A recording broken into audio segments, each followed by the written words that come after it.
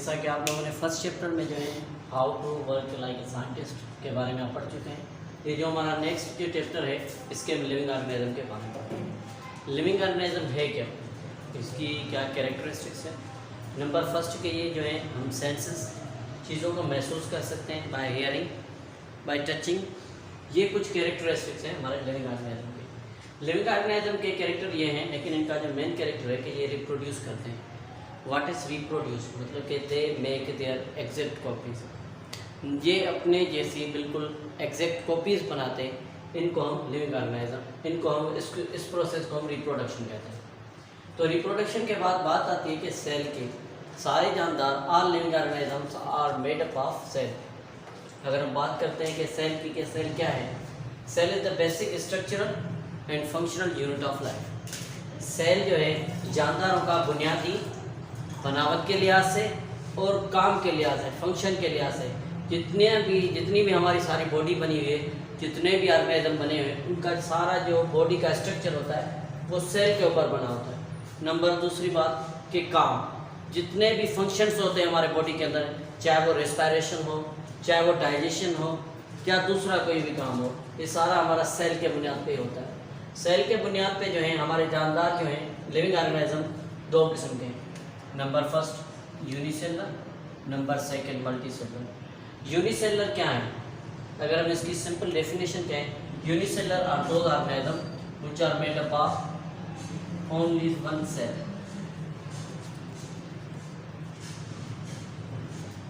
Made up of a single cell,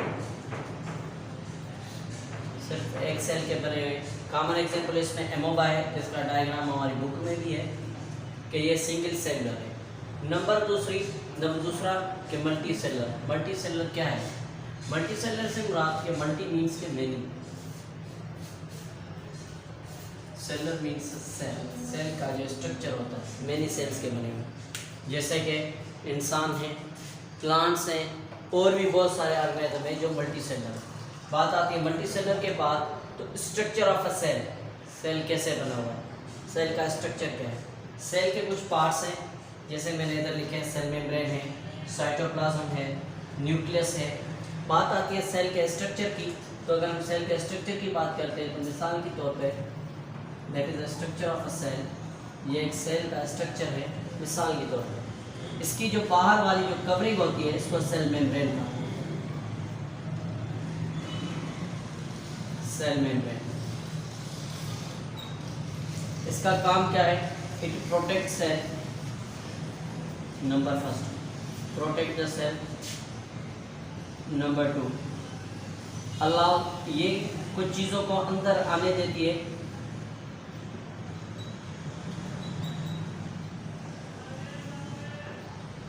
और कुछ चीज़ों को बाहर जाने देती है अपने। इसके ऊपर जो कुछ पोर्स होते हैं, स्मॉल होल्स होते हैं, जिनकी मदद से ये कुछ चीज़ों को अंदर आने देती है और कुछ चीज़ों को बाहर जाने देती है। नंबर दूसरा कि साइटोप्लाज्म। साइटोप्लाज्म क्या है, साइटोप्लाज्म न्यूक्लियस और सेल मेम्ब्रेन के बीच वाला जो पोर्शन होता है उसको साइटोप्लाज्म कहा जाता है। ये वाला दैट इज कॉल्ड साइटोप्लाज्म। इसको हम ऐसा भी कह सकते हैं कि ये ग्रेनुलर मटेरियल भी होता है या जेली लाइक मटेरियल है। ग्रेनुलर मटेरियल है या jelly like material, jelly like bag भी हम इसको कह सकते हैं और ग्रेनुलर मटेरियल भी कह सकते हैं। ऑलमोस्ट इसके अंदर 90% वाटर होता है। इसके साथ साथ इसके अंदर दूसरी चीज़ें पाई जाती हैं जिनको हम ऑर्गेनेल्स कहते हैं। मिसाल के तौर पे माइटोकॉन्ड्रिया, गोल्गी बॉडीज।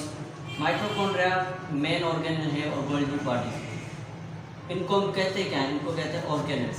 साइटोप्लाज्म के अंदर ऑर्गेनेल्स पाए जाते हैं। ऑर्गेनेल्स जैसे हमारे बॉडी में मुख्तलिफ ऑर्गेन्स पाए जाते हैं जो मुख्तलिफ फंक्शन करते हैं, सेम इसी तरीके से सेल के अंदर भी मुख्तलिफ ऑर्गेन पाए जाते हैं जिनको हम ऑर्गेनल कहते हैं। सबसे पहले आती है बात माइटोकॉन्ड्रिया की। माइटोकॉन्ड्रिया का काम क्या है, माइटोकॉन्ड्रिया का काम यह है कि ये क्या करता है, रेस्पिरेशन में हेल्प आउट करता है। It helps in respiration, respiration में हेल्प आउट करता है। तो इसकी मदद से रेस्पिरेशन भी होती है और इसकी मदद से हमें एनर्जी भी मिलती है। It provide us energy for sale activities. ये जो सेल की सारी एक्टिविटीज होती हैं उनके लिए हमें जो एनर्जी प्रोवाइड करता है वो हमारा सेल माइटोकॉन्ड्रिया करता है। माइटोकॉन्ड्रिया के बाद हमारा जो नेक्स्ट है वो है गोल्गी बॉडीज। गोल्गी बॉडीज का काम क्या होता है कि ये हमारे सेल के अंदर मुख्तलिफ सीक्रेशन रिलीज करते हैं। उसके बाद हमारा जो नेक्स्ट है उसमें हमारा न्यूक्लियस आ जाता है। न्यूक्लियस आता है लेकिन उससे पहले के एक और ऑर्गेन है जो हमारे प्लांट सेल में पाया जाता है जिसको क्लोरोप्लास्ट कहा जाता है। क्लोरोप्लास्ट, क्लोरोप्लास्ट क्या है? ये ग्रीन मटेरियल है।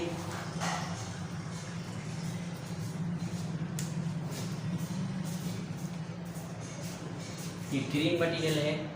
ये क्या करता है कि प्लांट्स को ग्रीन कलर देता है जिसकी मदद से प्लांट्स अपनी ग़िज़ा खुद जिसकी मदद से प्लांट्स फोटोसाइंस का प्रोसेस करते हैं या फोटोसाइंसिस की मदद से अपनी ग़िज़ा बनाते हैं।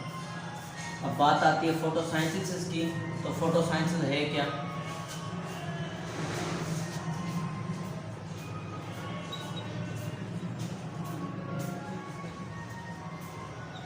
फोटोसाइंसिस एक ऐसा process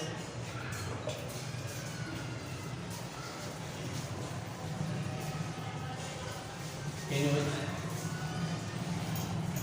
plants make their own food in the presence of sunlight.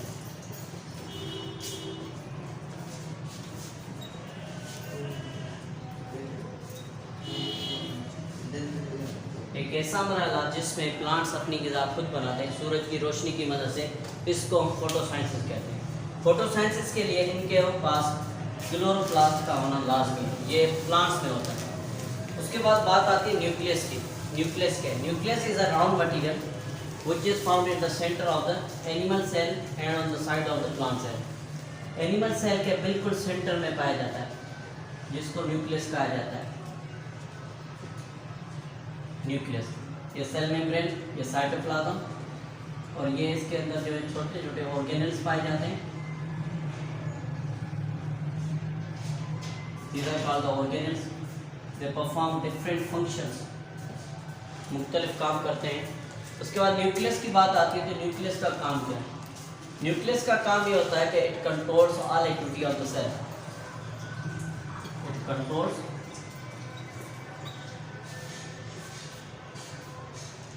All activities of cell.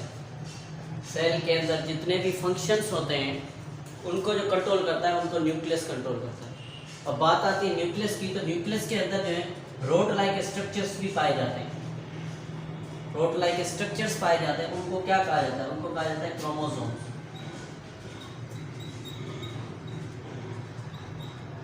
Chromosomes, उनको क्रोमोसोम्स कहा जाता है। क्रोमोसोम्स का काम क्या है? ये क्या करते हैं कि कुछ कैरेक्टर्स जो अपने जनरेशन में आगे ट्रांसफ़र करते हैं। कैरेक्टर्स कुछ हमारे पेरेंट्स हैं हमें जनरेशन में ट्रांसफ़र होते हैं वो with the help of chromosome होते हैं। क्रोमोसोम के बाद जो है हमारा जो लास्ट है वो है plants and animal cell. Plants and animal cell की बात आती है तो प्लांट्स और एनिमल सेल में फ़र्क है। प्लांट्स और एनिमल सेल में मुख्तलिफ फ़र्क है, जैसा कि प्लांट्स और एनिमल सेल में सबसे पहला कि सेल वाल है और दूसरे के अंदर सेल मेम्ब्रेन है। प्लांट्स के अंदर सेल वाल पाई जाती है और एनिमल्स के अंदर सेल मेम्ब्रेन भी सेल मेम्ब्रेन है लेकिन सेल वाल नहीं है। नंबर 2 कि इनका जो न्यूक्लियस होता है वो बिल्कुल सेंटर में होता है एनिमल्स का और प्लांट्स का जो न्यूक्लियस होता है वो साइड में होता है। नंबर 3 कि प्लांट्स के अंदर जो है वैक्यूल बिल्कुल बड़ा पाया जाता है और वो सेंटर में होता है, लेकिन एनिमल्स के अंदर वैक्यूल छोटे होते हैं और वो बिल्कुल 2-3 नंबर्स के तादाद में पाए जाते हैं। मिसाल के तौर पे इनको अगर हम देखें ऐसे,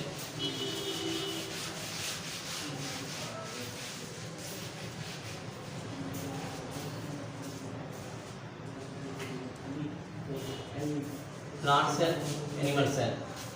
प्लांट सेल में क्या है? Cell wall is present,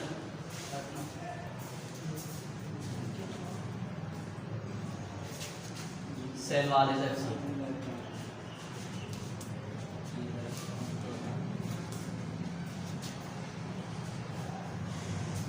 chloroplast is present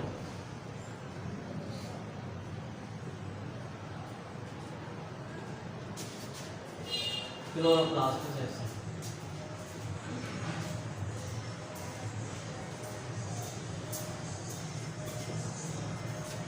then अगर हम इनकी स्ट्रक्चरल कंपोजिशन देखें तो कंपोजिशन के हिसाब से इनके अंदर जो है वाज़ेह हमें डिफरेंस नज़र आएगा। मिसाल के तौर पे ये एनिमल सेल है,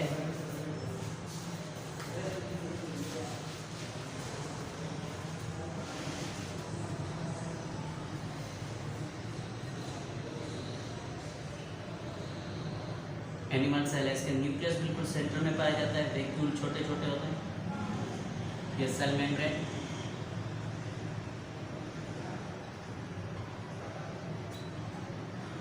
न्यूक्लियस,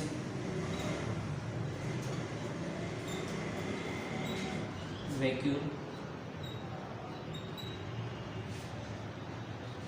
और ये दूसरे हो गए। अगर प्लांट्स की बात करेंगे तो प्लांट्स के अंदर जो उनके कैरेक्टर हैं या प्लांट्स का जो शेप है तकरीबन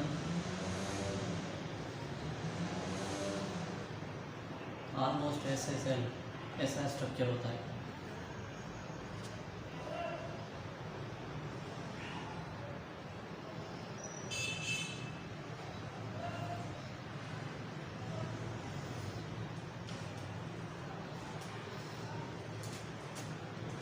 सेंटर में वैक्यूल पाया जाता है,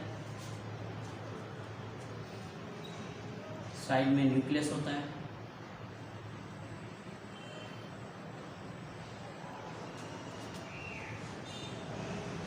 ये इनका साइटोप्लाज्म हो गया।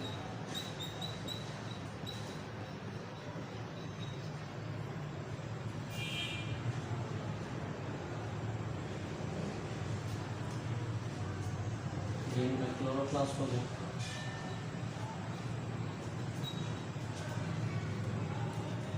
इधर इनकी सेल मेम्ब्रेन,